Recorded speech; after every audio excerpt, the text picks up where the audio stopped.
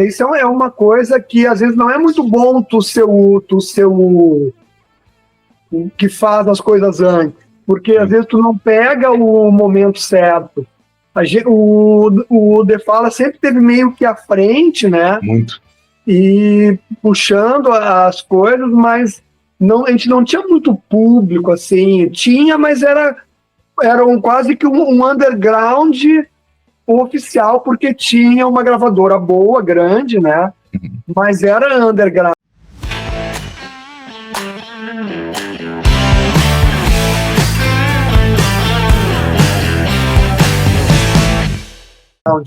Era underground, o público era underground. Então nós somos os pioneiros, né? Isso é legal, ser pioneiro é legal, interessante, mas às vezes tu não aproveita muito aquilo que tu desbrava, entendeu? Tanto que as bandas que estouraram mesmo, que as pessoas conhecem até hoje, é o Planet Hemp, é o Charlie Brown Jr., várias bandas que vieram nesse caminho que a gente abriu para eles. A gente até teve, né, um reconhecimento ali no Hollywood Rock. Hollywood Rock, pô, importantíssimo. Né? A gente fez show com os Red Hot Chili Peppers, com o Nirvana, Alice in Chains. Alice in Chains, o Well Seller. Foi muito legal, né? A gente chegou a ter esse reconhecimentozinho, mas logo em seguida a gente já estava meio cansado, já, né, cara? Estava 6, 7 anos dando murro em ponta de faca, né, cara, e correndo para lá e para cá, assim, ali o Hollywood Rock foi meio que o fim, assim, dessa primeira fase do The Fala, né. Depois o Edu saiu em carreira solo, a gente fez um disco com o Tonho Croco, né, que é legal, é um disco que eu gosto muito. É um disco que a maioria das músicas é minha, foi uma época que eu voltei a compor, que eu era baterista do The Fala depois, né? Depois desse disco aí, que tá fazendo 35, que foi embora, eu fui pra bateria, que a Biba saiu. E entrou o Marcelo Truda, depois ficou só o Edu, e depois entrou o Marcelo Fornazer. A gente aí, né, os estilos foram pro metal, pro hardcore, pra thrash, mistura até voltar para o que era o certo, que é essa mistura que a gente faz, né? Que é legal, que é o funk com rock, com hip hop, com MPB, com jazz, sei lá o que, com qualquer coisa que, sabe? O que o The Fala faz bem é essa mistura. Quando a gente quer fazer um estilo específico, até vai, mas não é tão legal quanto essa misturada assim, louca. Que é por isso que o Monstro é um disco que eu gosto muito. Acho que ele sofreu um pouco, porque ele demorou muito para ser feito. Então, acho que ele tem coisas ali que foram muito produzidas. O Edu gosta de mexer muito na produção, ele foi o produtor, obviamente, né? Acho que ele mexeu assim, um pouquinho demais em algumas coisas. Mas ficou muito redondo? Não, ele mexeu demais. Tem mais uma vez músicas muito longas. Eu acho que tem músicas ali que poderia tirar 1 minuto tranquilo. Assim. Eu sou mais minimalista, assim, mais coisa. O Edu gosta de fazer o troço malucão mesmo. Eu vou pegar uma frase do Edu que eu acho sensacional. O The Fala tem que ser meio ruim. Tem que ter uma coisa. Não pode ser muito redondinho. Tem que ser meio ruim. Esse é o charme do The Fala. Claro, se mexe muito, começa a mexer muito, mas também é bom, porque o primeiro disco, ele é bem mexido e ficou bom. Então, foi uma época assim, especial, então não tem muita fórmula, né? Mas a gente tem esse espírito assim, de ser autêntico, e isso até é uma ingenuidade nossa, eu acho, na época. A gente achou que a gente ia contra o sistema, ia contra tudo, e foi legal, mas para a banda em si não foi tão bom, porque a gente batalhou muito mais, eu acho, do que poderia ter sido menos, entendeu? A gente poderia ter tido uma carreira mais tranquila e mais longa, E ter feito coisas igualmente boas, assim, mas é essa coisa que nós temos, e até hoje a gente tem, de ser autêntico, de ser punk, minha gente era punk, mais punk que os Replicantes, cara. O The Fall, eu sempre digo, era a banda mais punk, mais rock, mais punk do Rio Grande do Sul. E a gente era mesmo, que a gente era ingênuo. A gente acreditava naquela coisa do rock, é isso aí, vamos lá, a anarquia, e o progresso, e a vanguarda, e foda-se todo mundo, foda-se a gravadora, foda-se as rádios, isso foi uma coisa bem ingênua nossa. E, obviamente, não deu muito certo, né, cara? A gente, quer dizer, deu certo. Vocês pagaram o preço bem alto. A gente pagou o preço, a gente se desgastou em 6 anos, a gente fez coisa que valeu por 60. A gente não aguentava mais, eu larguei tudo e vim para o Nordeste, cara. Tipo, não aguento mais, chega de loucura, viagem, e confusão, e ensaia, e toca. Eu gosto, eu adoro música, nunca... Mas essa função de banda, de ter que estar lançando e estar gravando, é uma coisa que desgasta demais, a não ser que tu tenha uma estrutura boa, como os clientes têm, que aí tudo bem. Aí tu tem estrutura, tu lança o disco quando tu quer. Hoje em dia também tanto faz. Os Rolling Stones vão lançar o disco agora, nessa quarta-feira, dia 6 de setembro, aí faz o que querem, né? O Paul McCartney lança um disco de 2 em 2 anos. De boa, né, cara? Ele vai fazer agora um monte de show, mas não dá pra gente se comparar. Nem as grandes bandas aqui do Brasil, eu não vejo eles tão confortáveis, não, cara. Eu vejo os caras dos Paralamas, eu encontro eles nos aeroportos, eu vou no show. Os caras estão numa vida corrida da poxa, já velhos, né, cara? Muito mais de 60 já. E tem que fazer, porque tem que pagar as contas, né, cara? Aqui no Brasil a gente não tem esse... A não ser os sertanejos, né? E nada nos milhões aí. Quem é do rock, né? Na nossa área do rock, tu tem que estar correndo o dia inteiro. Eu falo muito com o Carlinhos Carneiro. Sim.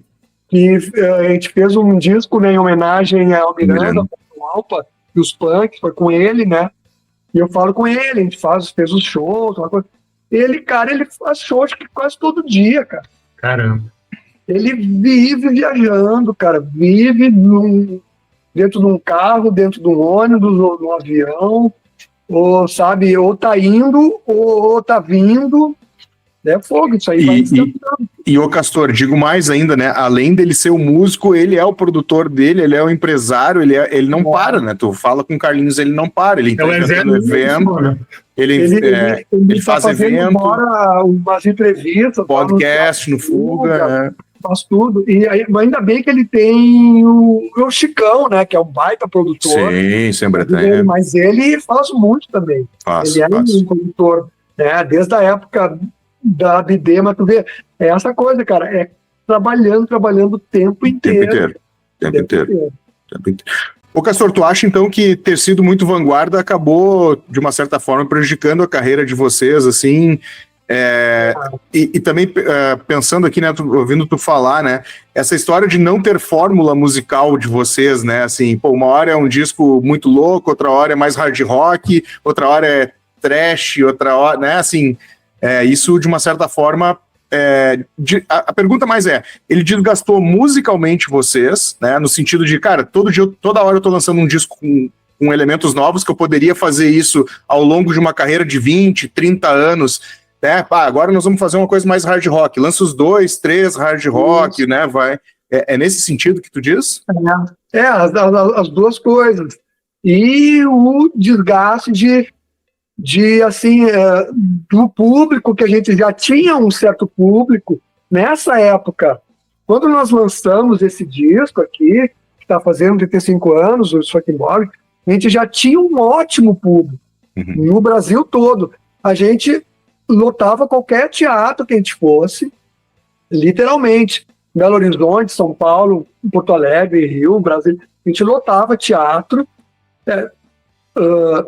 No interior lotava ginásio, 3, 4 mil pessoas, tranquilo, isso não era problema nenhum, entendeu? E a gente, com essa virada que deu, com a saída da Biba, a gente fazer um disco hard rock, essa coisa de foda-se, vamos, a gente perdeu no mínimo 2/3 desse público, que era bom, não era uma né, hiper, mas era bom. Sim. Era um público que daria pra gente manter, e a gente lançasse um terceiro disco ainda com a Biba na mesma linha, pô, o The Fala teria uma outra, mas a gente sempre foi nessa loucura, e não é culpa também, porque o Edu fez isso, o Edu fez aquilo.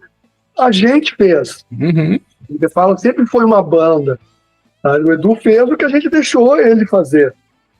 Né? Que nem dizem que o Paul McCartney que acabou com os Beatles, que ele ficava enchendo o saco dos caras, né? Ali no Get Back, se vocês viram, Sim. Era mesmo, né, cara? O McCartney era muito chato. Era o 01 ali. Mas era um gênio. Antes era um Lennon.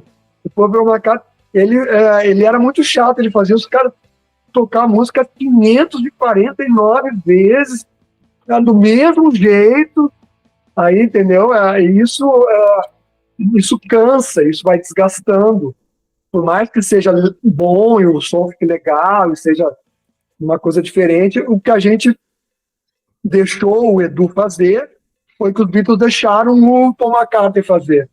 E acaba que enche, cara. Uma hora enche, quero dar um tempo. Não é que eu fiquei com raiva, a gente é amigo até hoje. Teve a volta, né, 2011 até 2018. Agora ele está pensando em fazer o show para os 35 anos. A gente se fala, mas aquela coisa de estar na estrada, de estar gravando, de estar fazendo, é uma coisa que cansa uma hora e tu tem que dar um tempo. Que nem o Carlinhos com os caras da BD. Né? Agora ele vai fazer um show no final do ano, só ele, né? Com as músicas da... parece que tem uma ou duas integrantes ali da Bideobaum, na formação clássica. Ele vai fazer um... Deve ser o Pila que tá no Brasil. Meio bidê, meio pau. Uma das meninas vai estar também junto ali, pelo que eu vi no anúncio ali. Deve ser a Viv. Vai ser legal, se der pra ir, eu queria ir ver esse show, deve ser massa. Mas assim, é uma coisa difícil, que tu cansa mesmo, né, cara? É muito, muito desgastante. Ainda mais quando tu tá numa situação que não é a ideal. Quando é um show bom, com cachê bom, tudo legal, com produtor bom, tu ainda aguenta mais tempo.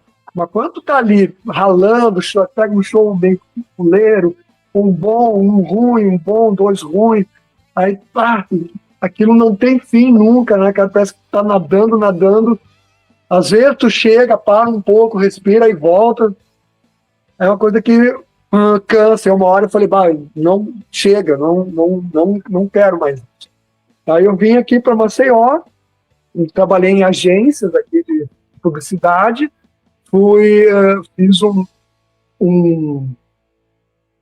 fiz uma prova lá, eu fui trabalhar na Rede Globo, daqui, da afiliada Globo, daqui, né? Como tem a RBS aí, aqui tem a Gazeta de Alagoas, a Organização Arnon de Mello, que é do Collor.